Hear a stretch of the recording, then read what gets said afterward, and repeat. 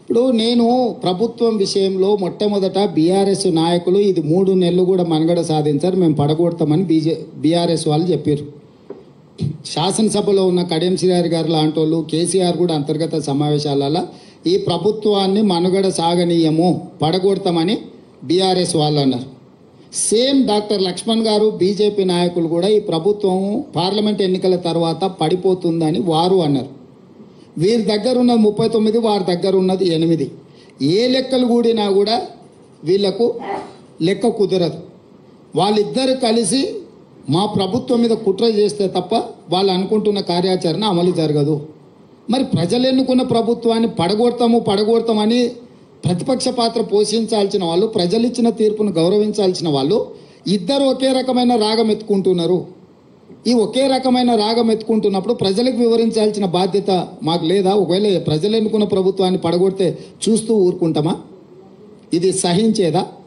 రెండవది, చాలామంది శాసనసభ్యులు నన్ను వచ్చి కలుస్తున్నారు కదా, నియోజకవర్గాల అభివృద్ధి కోసం వచ్చినప్పుడు వాళ్ళతోని యథాలాపంగానో పిచ్చాపాటో లేకపోతే పరిస్థితుల మీద మేము చర్చ చేస్తాం కదా, వాళ్ళు కూడా మాట్లాడతారు కదా.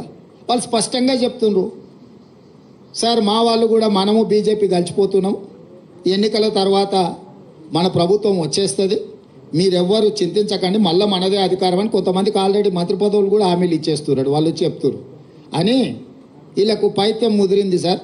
అట్లాంటి పరిస్థితి ఏదైనా వస్తే మేమంతా సిద్ధంగా ఉన్నాం ఈ ప్రభుత్వాన్ని నిలబెట్టడానికి.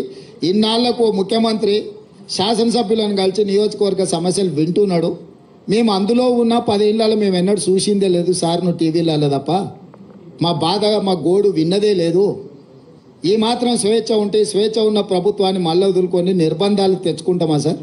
నువ్వు ఎప్పుడు చెప్తే అప్పుడు వచ్చి మీకు అండగా నిలబడతాం సార్, మీ పక్కన నిలబడతావు, నువ్వు ఎట్లా చెప్తే అట్లా అని ఎమ్మెల్యేలు నాకు చెప్తున్నారు కదా. నేను అందుకే చెప్పిన, నిజంగానే ఆ పరిస్థితి ఉత్పన్నమైతే ఒక్కసారిగా మేము నిర్ణయించుకుంటే ఇక ఆ 3 4 తప్ప 5వ మనిషి వాళ్ళకి మిగిలడు.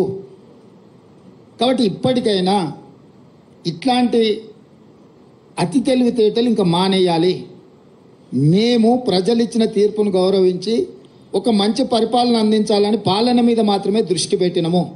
పార్టీ ఫిరాయింపులను కానీ కక్ష సాధింపులను కానీ మేము చేపట్టాలని అనుకోలేదు.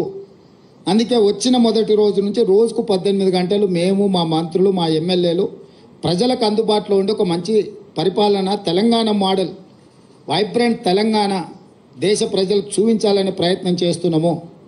కానీ ఒకవేళ ప్రభుత్వాన్ని పడగొట్టే పోటీ వాళ్ళు పెట్టిండ్రు అనుకో, దాన్ని